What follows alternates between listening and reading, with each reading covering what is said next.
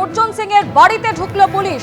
অর্জুন সিং এর বাড়ির সামনে বোমাবাজি ও গুলি চালানোর অভিযোগ। দুবার নোটিশ পাঠানোর পর হাজিরা না দেওয়ায় মজদুর ভবনে ঢুকলো পুলিশ। সেই ছবি আপনারা দেখতে পাচ্ছেন। প্রাক্তন বিজেপি সাংসদকে হাজিরা দিতে দ্বিতীয় নোটিশ পাঠায় পুলিশ এবং তারপরে তিনি না যাওয়ায় এই মুহূর্তে তার বাড়িতে এসে পৌঁছেছে পুলিশ।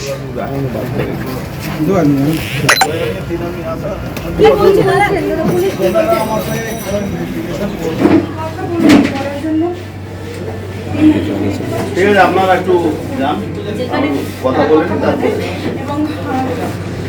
আপনারা একটু যান।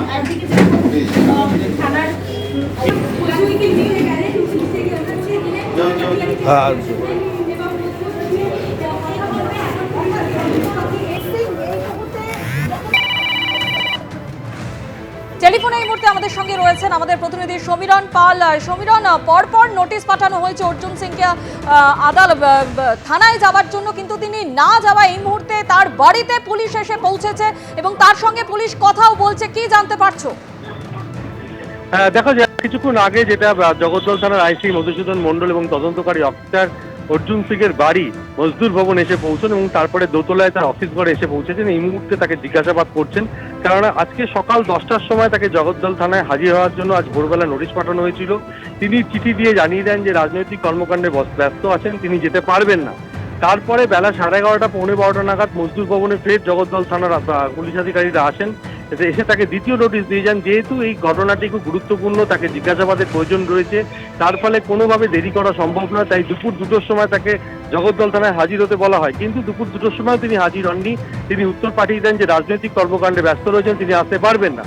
যেহেতু এই মামলাটি অর্জুন সিং যেহেতু এখানে ঘটনাস্থলে উপস্থিত ছিলেন গতকাল রাতে মেঘনা জুট মিলের সামনে, পুলিশের পক্ষ থেকে কিছুক্ষণ আগে একটি সিসিটিভি ফুটেজে প্রকাশ করা হয়েছে যে মেঘনা জুট মিলের ঠিক উল্টো দিকের গলি থেকে তিনি বেরোচ্ছেন যখন গন্ডগোল চলছে, এবং সেক্ষেত্রে অর্জুন সিং সেই সময় ঘটনাস্থলে উপস্থিত ছিলেন। যে ঘটনা ঘটেছে গতকাল রাতে মেঘনা জুট মিলের সামনে গুলি চালানোর ঘটনা, যেই ঘটনায় ইতিমধ্যেই দুজনকে গ্রেপ্তার করা হয়েছে, সেই কারণে অর্জুন সিংকে জিজ্ঞাসাবাদ করা অত্যন্ত গুরুত্বপূর্ণ। যেখানে হত্যার চেষ্টা থেকে শুরু করে অস্ত্র আইনে মামলা রুজু করা হয়েছে, যে মামলায় দুটিও মামলা হয়। একটি জগদ্দলের মেঘনা জুট মিলের ভেতরে একটি সংঘর্ষ হয়, সংঘর্ষের ঘটনার একটি মামলা রুজু করে পুলিশ। তার পাশাপাশি অপর একটি মামলা, সেখানে বলা হয় যে মেঘনা জুটিনের সামনে গুলি চালানো হয়েছে, অন্তত 5 থেকে 7 রাউন্ড গুলি চালানো হয়েছে, ঘটনাস্থল থেকে 2টি গুলির খোল উদ্ধার হয়েছে।